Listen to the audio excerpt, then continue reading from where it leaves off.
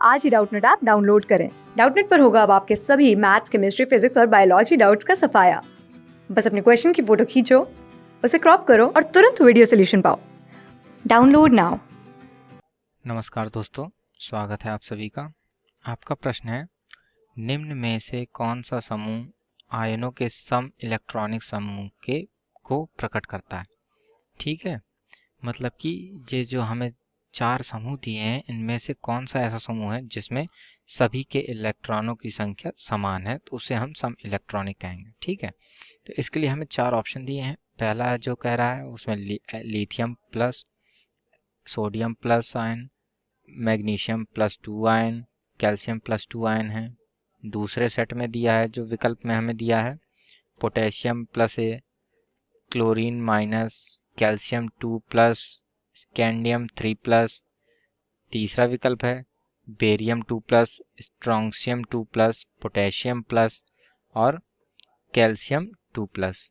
और चौथा जो विकल्प हमें दिया है उसमें है नाइट्रोजन -3, ऑक्सीजन -2, फ्लोरीन -1 और सल्फर -2। ठीक है, तो आइए देखते हैं हम इनमें से कौन सा विकल्प हमारा सही उत्तर होगा इस प्रश्न का। तो जैसा कि हम जानते हैं, सम इलेक्ट्रॉनिक का मतलब होता है इलेक्ट्रॉनों की संख्या समान हो। ठीक है, समान हो तो वह हमारे सम इलेक्ट्रॉनिक कहलाएंगे। ठीक है, तो पहले एक एक करके हम सभी विकल्प देखते हैं। पहले विकल्प को चेक करते हैं हम। तो इसमें पहला है जो लिथियम +1। ठीक है, तो जो लिथियम +1 है, तो लिथियम का जैसे क्या हम जानते हैं, इसका जो परमाणु क्रमांक होता है, जो इसका परमाणु क्रमांक है वह है हमारा 3।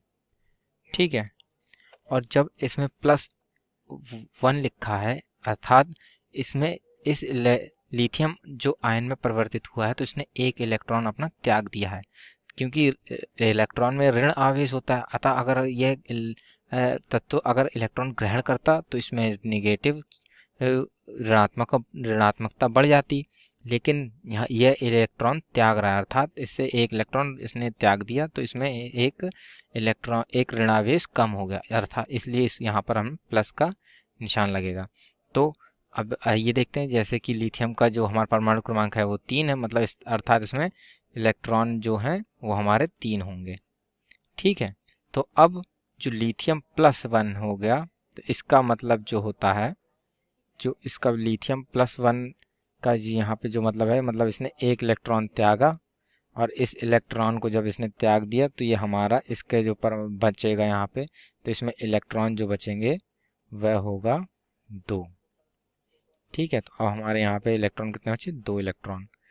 जो इसी का अगला तत्व दिया है वह है सोडियम +1। ठीक है, तो सोडियम का जो परमाणु क्रमांक होता है, तो जो सोडियम का परमाणु क्रमांक होता है वो हमारा 11 होता है, लेकिन जब इसमें +1 लगाएं, अर्थात इसने एक इलेक्ट्रॉन त्याग दिया, तो इसमें जो टोटल इलेक्ट्रॉन बचे हमारे वह बचे 10। ठीक है, तो जैसे कि हम यहाँ पे इन दो तत्वों के ही इलेक्ट्रॉनों की संख्या देखकर हम बता सकते हैं कि इन दोनों इस सेट में इलेक्ट्रॉन से समान नहीं होंगे, तो अर्थात यह उत्तर हमारा गलत होगा, यह हमारे प्रश्न का सही उत्तर नहीं होगा। अब दूसरे देखते हैं हम, पोटेशियम और क्लोरीन दिया है। ठीक है, तो दूसरे विकल्प को जब हम चेक करते हैं, तो पोटेशियम प्लस आयन, तो पोटेशियम का जो परमाणु क्रमांक होता है वह होता है 19। ठीक है, जब इसने एक इलेक्ट्रॉन त्याग दिया तो इसके पास बचे इलेक्ट्रॉन 18। तो इसी तरीके से क्लोरीन आयन जब देखेंगे, तो क्लोरीन का जो है हमारा परमाणु क्रमांक होता है 17, और जब इसने एक इलेक्ट्रॉन ग्रहण किया, ये देखिए यहाँ पर मैंने बताया था कि अगर कोई तत्व अगर इलेक्ट्रॉन ग्रहण करता है तो उस पर नेगेटिव चार्ज आएगा, और इलेक्ट्रॉन त्यागेगा तो उस पर धनावेश आ जाएगा। ठीक है, ये त्यागना बताता है हमारा त्यागना इलेक्ट्रॉन का, और जो ऋणात्मक है ये इलेक्ट्रॉन का ग्रहण करना बताता है। ठीक है ना, तो अब जो हमारे पास इसमें क्लोरीन में इलेक्ट्रॉन हो गए, इसमें भी हमारे 18 हो गए। तो अब हम कैल्शियम का भी चेक करते हैं। तो कैल्शियम का जो परमाणु क्रमांक होता है वह होता है हमारा 20, ठीक। लेकिन अब यहाँ पे इसने 2 इलेक्ट्रॉन त्यागे हैं, तो अर्थात इसके पास जो इलेक्ट्रॉन बचेंगे वो हो गए हमारे 18। और इसका जो तीसरा जो आखिरी इसका जो तत्व है इस ग्रुप में वह है स्कैंडियम, ठीक है। तो स्कैंडियम का जो हमारा परमाणु क्रमांक होता है वह होता है 21, ठीक है। और इसने कितना धनावेश है, प्लस का 3। तो जब 21 है तो 21 में जब हम देखेंगे इसने 3 का धनावेश यानी 3 इलेक्ट्रॉन इसने त्याग दिए, तो यहाँ पे 21 में जब हमारे 3 जाएंगे तो यहाँ पे बचेंगे हमारे 18 इलेक्ट्रॉन, ठीक है।